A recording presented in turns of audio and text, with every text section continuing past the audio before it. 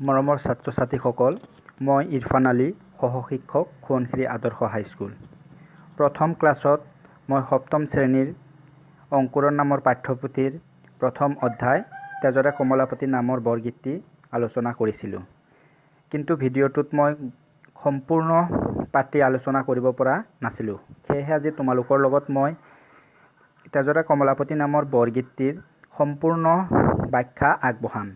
তেজৰে কমলাপতি নামৰ বৰগীতটিৰ মই তোমালোকক পাঠ কৰি শুনাইছিলোঁ। আজি মই তেজৰে কমলাপতি নামৰ বৰগীতটিৰ অৰ্থখিনি তোমালোকক অসমীয়াত ভাঙনি কৰি বুজাই দিম। তেজৰে কমলাপতি নামৰ বৰগীতটিত প্ৰথমতে ধ্ৰুং বুলি যোনটো দিয়া আছে, ধ্ৰুং মানে যোন কথাখিনি বাৰে বৰগীতটি গাওঁতে মাজে মাজে মানে পুনৰাই গোৱা হয়। ইয়াত কি কোৱা হৈছে? তেজৰে কমলাপতি পৰভাতে নিন্দ, তেৰি চান্দ মুখপেশু উঠৰে গোবিন্দ। ইয়াত কমলাপতি বুলি শ্ৰীকৃষ্ণক বুজোৱা হৈছে আৰু ৰাতিপুৱা পোহৰ হওঁতে শ্ৰীকৃষ্ণৰ মাক যশোদাই টোপনিৰ পৰা সাৰ পাবলৈ বা টোপনিৰ পৰা উঠিবলৈ শ্ৰীকৃষ্ণক কৈছে। আৰু কি কৈছে? তেৰি চান্দ মুখপেশু উঠৰে গোবিন্দ। গোবিন্দ বুলি কাক কোৱা হৈছে? শ্ৰীকৃষ্ণক কোৱা হৈছে। আৰু শ্ৰীকৃষ্ণৰ চন্দ্ৰৰ দৰে মুখখন দেখিবলৈ মাক যশোদাই বিচাৰিছে। ৰয়নী বিদুৰ দিশ ধৱলী বৰণ, তিমিৰ ফেৰিয়া বাজ ৰবিৰ কিৰণ। ৰয়নী মানে ৰাতি, বিদুৰ মানে বহুত দূৰত থকা বুজায়। ৰাতিৰ আন্ধাৰ আঁতৰি পেলাই বগা বৰণ হৈছে বুলি কৈছে। ধৱলী মানে বগা। তিমিৰ ফেৰিয়া বাজ ৰবিৰ কিৰণ। তিমিৰ মানে আন্ধাৰ, ফেৰিয়া মানে ফালি। ৰাতিৰ আন্ধাৰ ফালি কি হৈছে? ৰবিৰ কিৰণ। ৰবি মানে সূৰ্য, সূৰ্যৰ কিৰণ বা পোহৰ বাহিৰ হৈছে বুলি কোৱা হৈছে। শতপত্ৰ বিকশিত ভ্ৰমৰ উৰাই। শতপত্ৰ মানে পদুম ফুল। পদুম ফুল ফুলাত তাত ভোমোৰাবিলাকে উৰিবলৈ লয়। ব্ৰজবধূ দধিমথে তোৱাগুণ গায়। ব্ৰজবধূ মানে কি কাক বুজোৱা হৈছে? ব্ৰজবধূসকল হৈছে ব্ৰজধামৰ বোৱাৰীসকলক ব্ৰজবধূ বুলি কোৱা হয়। ব্ৰজধামৰ বোৱাৰীসকলে শ্ৰীকৃষ্ণৰ গুণগান গাই দধিমথি আছে বুলি মাক যশোদাই কৈছে। দাম সুদাম ডাকে তেৰি লয়া নাম। দাম সুদাম নামৰ শ্ৰীকৃষ্ণৰ দুজন বন্ধু আছিল। তেওঁলোকে শ্ৰীকৃষ্ণৰ নাম লৈ মাতিবলৈ লৈছিল। হেৰ দেশ উঠিয়া আছিল বলৰাম। হেৰা দেখা বলৰামো উঠি আহিল। বলৰাম কোন হয়? শ্ৰীকৃষ্ণৰ ককায়েকৰ নাম আছিল বলৰাম। বলৰামো ৰাতিপুৱা উঠিছে বুলি মাক যশোদাই কৈছে। তাৰপিছত কৈছে, নন্দ গেল বাথানে গোৱাল গেল পাল, খুৰভি চাৰিতে লাগে উঠৰে গোপাল।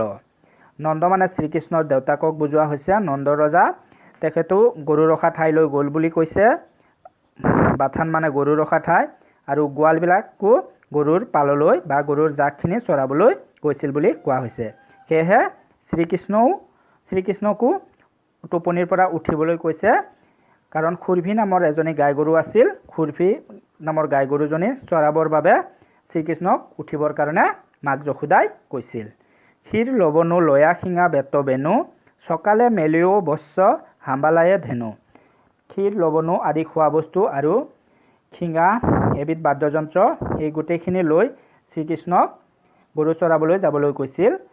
ৰাতিপুৱা গৰুৰ পোৱালিবিলাক হেম্বেলিয়াই আছিল বুলি কৈছে, আৰু সেইবিলাক মেলি দিবৰ কাৰণে শ্ৰীকৃষ্ণক মাক যশোদাই কৈছিল। কহয় মাধৱ মাই কিনো তপ চাইলা, ত্ৰিজগত পতিহৰি ৰাখোৱাল পাইলা। ইয়াত মাধৱদেৱে কি কৈছে? মাক যশোদা আৰু নন্দ ৰজাই শ্ৰীকৃষ্ণক পুত্ৰ হিচাপে পাবৰ কাৰণে তপস্যা কৰিছিল। আৰু কি তপস্যাৰ বলত মাক যশোদা আৰু নন্দ ৰজাই শ্ৰীকৃষ্ণক পুত্ৰ হিচাপে পাইছিল বুলি মাধৱদেৱে জানিব বিচাৰিছে। ত্ৰিজগত পতিহৰি ৰাখোৱাল পাইলা, এই কথাখিনি কবি মাধৱদেৱে কৈছে।